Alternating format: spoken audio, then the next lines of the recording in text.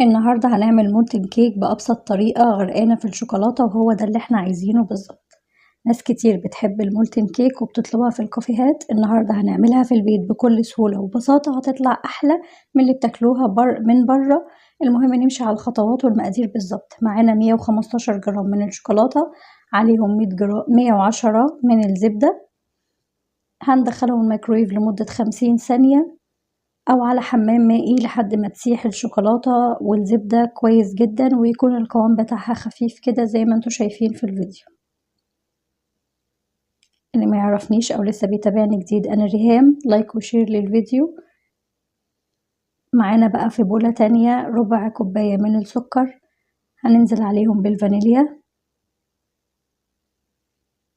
هنستخدم 3 بيضات، هما بيضتين وصفار بيضة.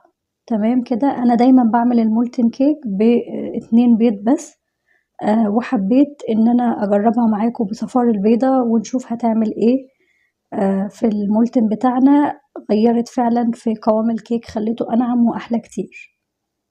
أنا بحب دايما أجرب في الوصفات كده وأخترع فيها حاجة جديدة، ولما بتنجح معايا وبتعجبني بنزل لكم الوصفة على طول على ضمانتي.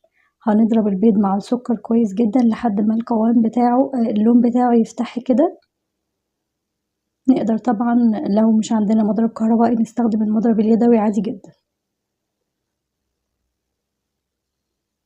تمام كده اهو. الخليط بتاعنا بقى جاهز، هننزل عليه بخليط الشوكولاتة والزبدة. ناس كتير بتخاف تعملها في البيت عشان ما تفشلش معاها، بسبب ان الشوكولاتة بتبقى ماسكة من النص، يعني ما بتبقاش سايحة او منصهرة زي اللي بنشوفها عادة. انا هقول لكم في الفيديو النهاردة على تركة مهمة جدا هتخليها سايحة من جوه، واول ما تفتحوها كده تلاقوا الكيكة المولتن كيك منهارة كده من الشوكولاتة.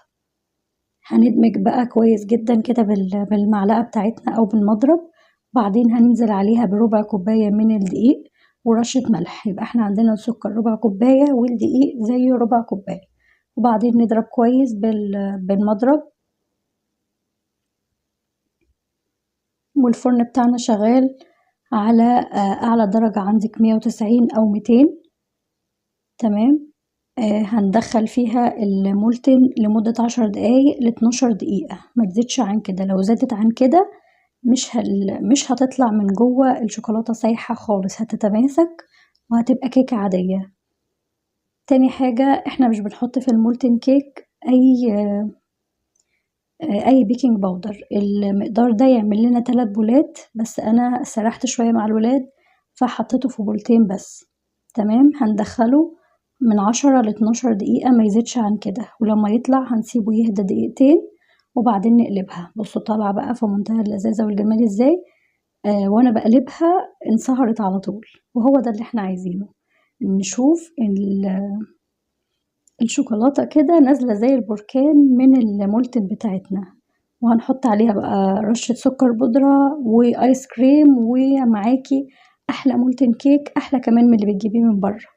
لايك وشير للفيديو، هستنى تطبيقاتكم وتعليقاتكم وفولو، ويلا سلام.